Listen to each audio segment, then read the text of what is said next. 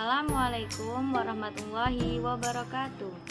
Perkenalkan, nama saya Ajeng Nurul Fauzia dari Tadris Biologi kelas B IAIN Metro Lampung. Pada video kali ini saya akan membahas tentang anatomi dan fisiologi sistem integumen serta gangguan-gangguan yang ada pada sistem integumen. Sebelumnya, apakah kalian ketahui tentang sistem integumen itu apa? Dan gangguan-gangguan yang ada pada sistem integumen itu apa saja? Yuk, mari kita simak video berikut ini.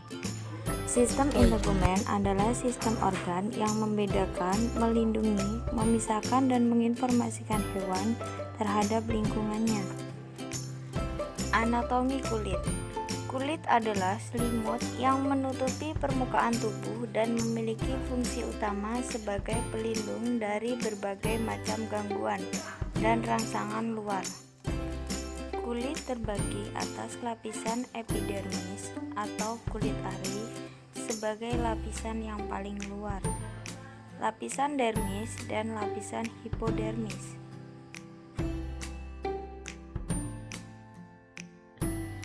Fisiologi kulit.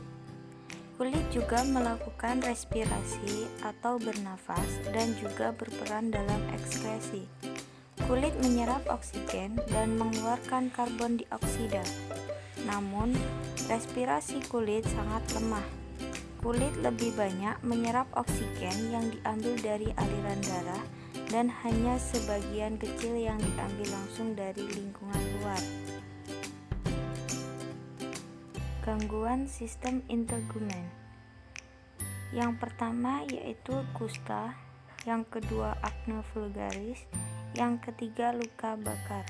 Gangguan yang pertama yaitu kusta atau morbus Hansen, penyakit infeksi kronis yang disebabkan oleh Mycobacterium leprae. Mycobacterium leprae merupakan suatu bakteri yang bersifat obligat intraseluler.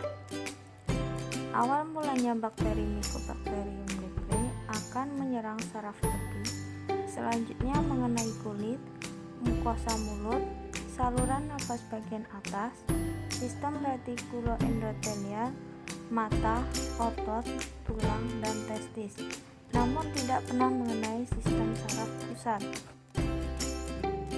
Etiologi atau faktor-faktor yang mempengaruhi tumbuhnya penyakit kusta. Yang pertama, bangsa atau ras, kebersihan, sosioekonomi, dan keturunan. Faktor genetik sangat mempengaruhi tumbuhnya penyakit kusta. Patofisiologi.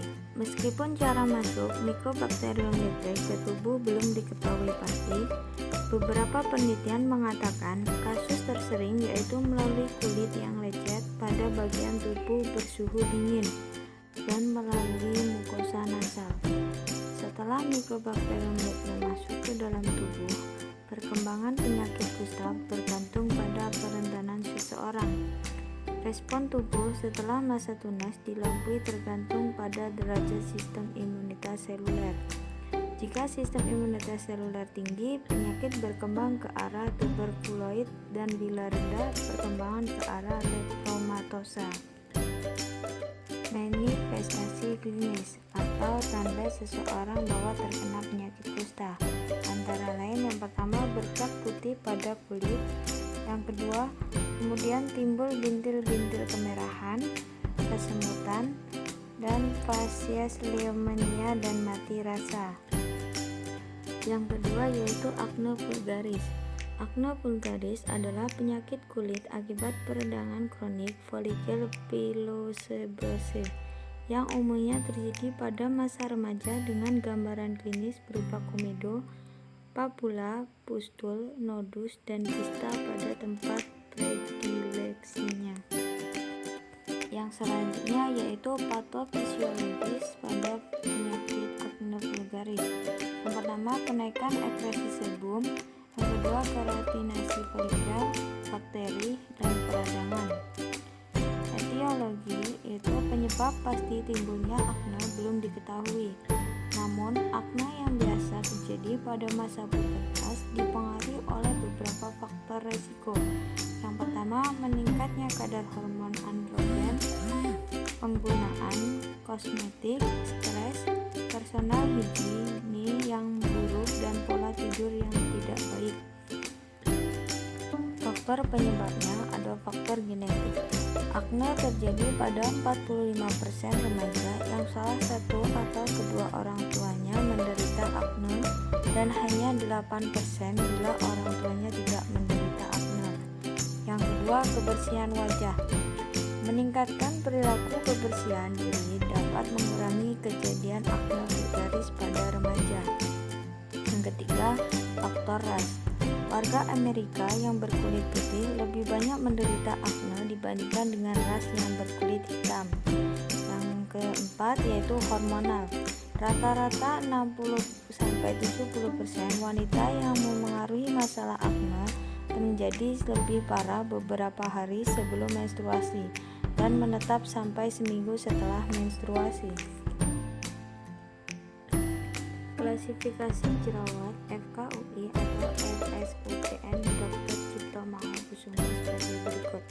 Kategori ringan yaitu beberapa lesi tidak beradang pada satu predileksi.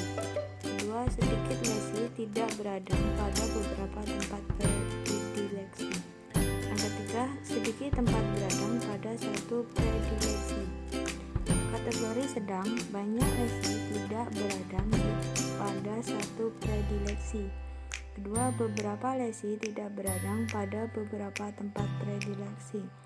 Yang ketiga, beberapa lesi beradang pada satu predileksi.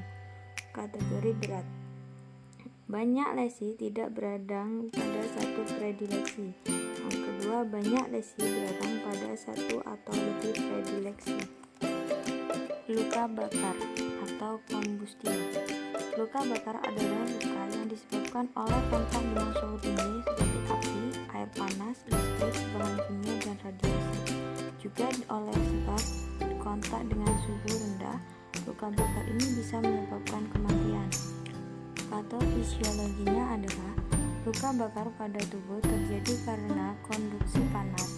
Sel-sel dapat menahan temperatur sampai 44 derajat Celcius tanpa kerusakan. Saraf dan pembuluh darah merupakan struktur yang kurang tahap terhadap konduksi panas. Etiologinya yaitu luka bakar pada kulit bisa disebabkan oleh panas, dingin, atau